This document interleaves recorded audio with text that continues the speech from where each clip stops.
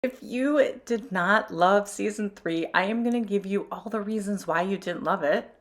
And if by chance you happen to be a writer and want to tell stories of your own, this is going to also help break it down for you. Okay, so I never heard of Bridgerton until the series came out. So I didn't read the books and knew nothing about it. And if you have read the books before the series came out, well, you're probably white. And I am going to break down what exactly didn't sit well with me in kind of a structured way. And so when I did this, it really helped me understand. So there's going to be spoiler alerts. It really helped me understand what I really thought about the ending of season 3 with Michaela coming in and pursuing it as a lesbian love story. So the reason why we like Bridgerton is the world it creates. We get to escape into this world, and you can see that in other books. The Hunger Games, Star Wars, Game of Thrones, Rivers of London series, even the Cormoran Strike series by J.K. Rowling, Harry Potter, all of that is creating worlds, and they're all creating different worlds, from worlds that don't exist to worlds that do exist. And Bridgerton is a world that existed, and Jane Austen actually created the world. So if we can even look at how Jane Austen creates a world, we can maybe understand what upset us in what happened with the world building in season 3, because that is in essence where the foundation did go wrong. Jane Austen created a world in the early 19th century. She centered around love, she centered around wealth status, and she centered it around social pressure, conforming to society and what they expect of you. She did that. What she did not focus on in her world is she did not focus on the monarchy. She did not focus on the sanitation, healthcare of the time, aging. None of that she focused on. Just like also in the Bridgerton, and here I'm talking particularly about the series, there's only 3 things Bridgerton focuses on. It focuses on women's voices, and like Jane Austen, it focuses on finance slash wealth slash status, and it focuses on love, and with a caveat, it also focuses on sex. Now, I didn't mention race. It's not part of what the themes that are being explored within this world. What it does with race is it sets up a world and establishes race as already a part of this world. So there are going to be those things that are established, and those are kind of the rules that don't really get broken throughout your series, because this is a world that's been established, and there's something grounding to the reader to know that this is how it's been established. And that is what they did so well in season 1, because it gave the readers an explanation of why there are people of color in a place that existed, and now they're here in this world. There was an explanation between Lady Danbury and the Duke, I believe, and then we got the backstory in Queen Charlotte. So race becomes part of that rule, and monarchy becomes part of that rule. There is the presence of the monarchy. It is not one of the themes that is explored, even though Queen Charlotte is a prominent character. We do not explore whether there should or shouldn't be a monarchy. There's no one trying to revolt against the monarchy. So that is why it's not a theme that's explored. It is one of the established rules in the world of the television series of Bridgerton, which differs from the book, obviously. But they gave us the explanation, and this is why I think so many of us liked it. There was something where it was established, okay, it's different from the book, but yet, okay, we have these rules, and we can go along for the fun ride and explore the themes of women's voices, love, including sex, and finance, wealth, and status. Because queer love is presented as forbidden in season 1, this is why one of the reasons why it was jolting to, at the end of season 3, to tell us that the main love story is going to be a lesbian love story. Okay, so season 3 also was low on conflict. If you are to compare to season 2, and I didn't go back and watch season 1, and I imagine it was there because I also enjoyed season 1. I compared it to season 2, and in every scene, there is conflict. Now, it doesn't mean and I don't mean every scene, I mean the majority of the scenes. There are scenes where there's going to be like a wedding, which does not have any conflict or tension in it.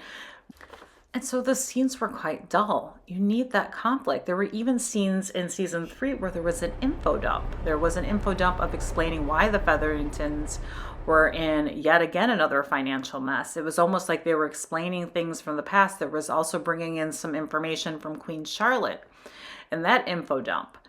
But there were some interactions like between Violet and Lady Danbury that they were trying to answer. And if you hadn't watched Queen Charlotte, you might be a little lost.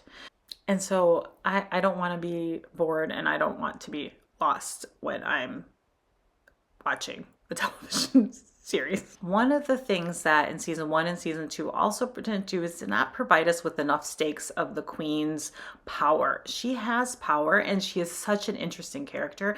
And I have to say, all of the acting in all of the seasons is phenomenal, and I enjoyed that. And they made the characters likable or not likable. Queen Charlotte to not offer us enough stakes. It would have been great to show that her role in playing on one of those themes. And the one way that she could have done that in season 1 and 2 was to strip somebody of their title, strip somebody of their wealth. What are the stakes and what is the conflict of the queen being in the show? So that is what I mean, is that the conflict was not good or not utilized in all of its characters. The queen has so much more potential to have conflict.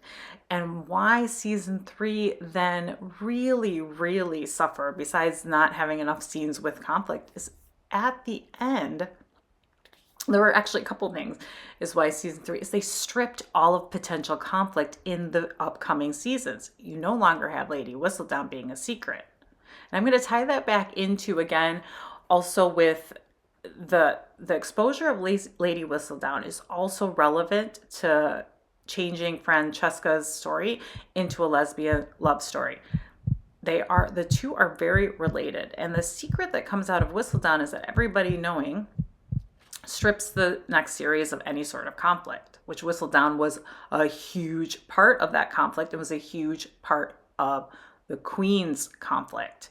So now you have already taken the little bit of conflict that the Queen had and offered, took that out, and then you also took out Whistledown's conflict.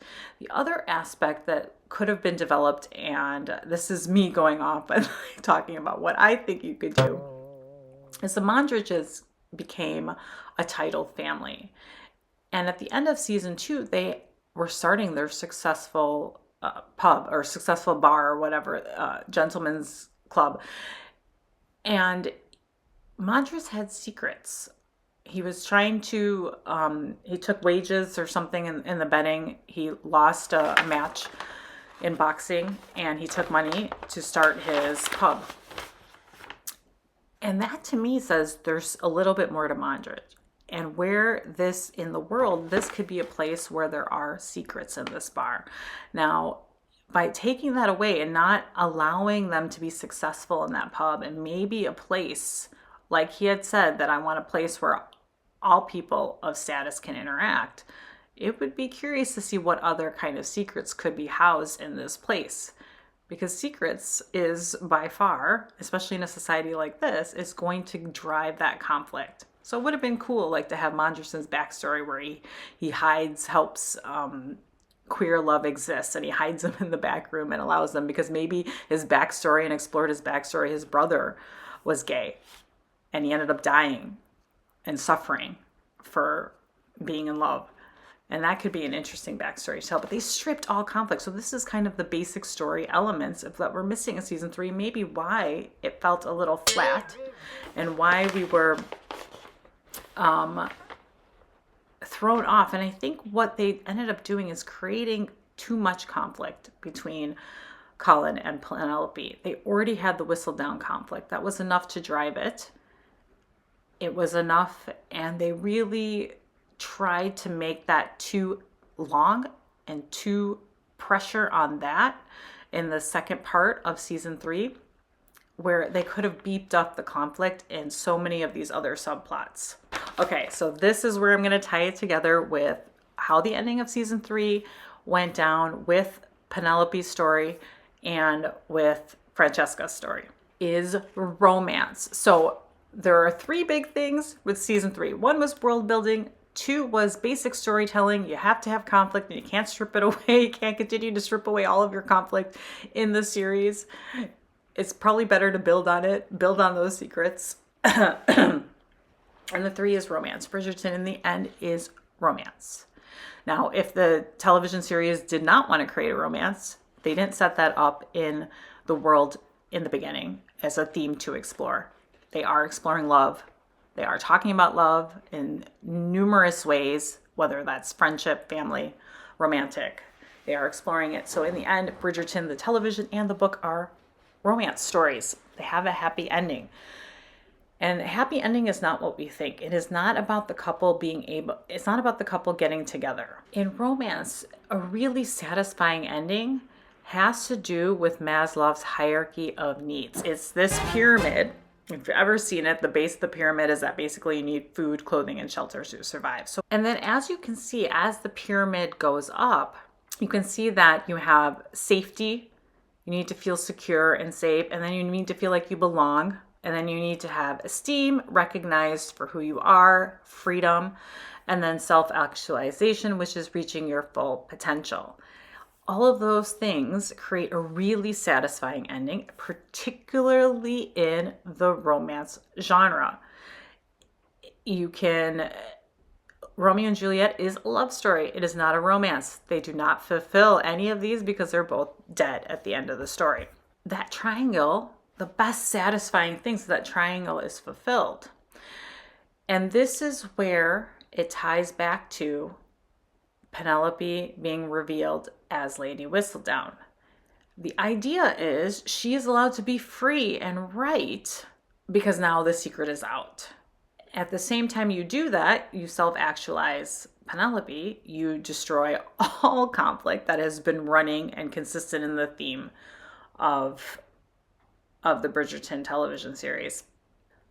But self-actualization does not mean the whole world knows your secret. Your full potential can be realized. In this case, Penelope can be free and realize her full potential by having only the most important people know that she is Lady Whistledown. That is her best friend, Eloise, who found out in last season, in season 2. That is her husband. So Colin found out. That is her mother.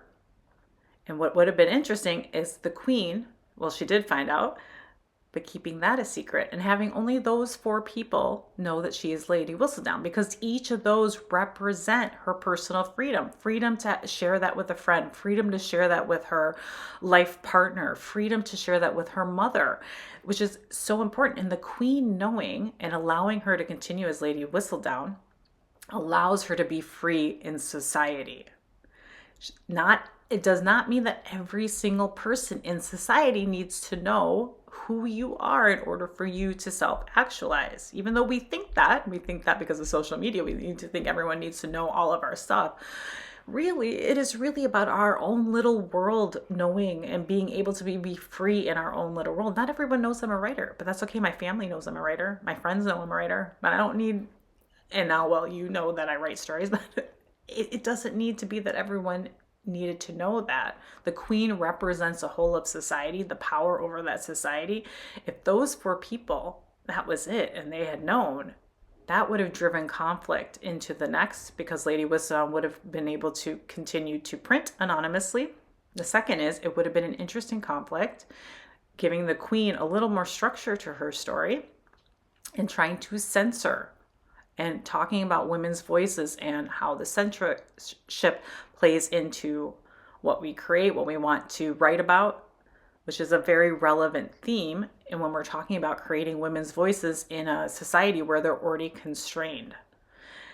And that self-actualization could have happened without everybody knowing. So this is where I was on the fence about Michaela, because knowing that romance has a happy ending, and how in the world can Francesca and Michaela have a happy ending when they would have to keep it a secret? I do in the end think that it can work, actually. I changed my mind. At first I thought there's no way, but when I contrasted to, do I think that Penelope's secret needed to be told to everybody in the ton? No, it did not, for her to self-actualize. Her story could have been just that the most important people, her mom, her best friend, her and the queen and her husband. That's it. And what could work in the Michaela Francesca story is in fact that the most important people in their world, and Francesca, that would be her mother. And I don't know the original story of Francesca, and I know that her first husband dies. But somehow in the realm of her story, she's able to self actualize in that by meeting and having a relationship with Michaela, she's able to reach her full potential and be free in her world. And so that's why I think that the actual ending could work. I just think they need to go back to the basics of storytelling. Tell us the rules, reinforce those rules, don't change them, explore those themes, and oh, please add conflict. You stripped us all away of the conflict. Please create conflict. Someone being brown, white, black, gay, queer, that's not conflict. You need to have, or well, that shouldn't be conflict, but you need to have other things that create conflict.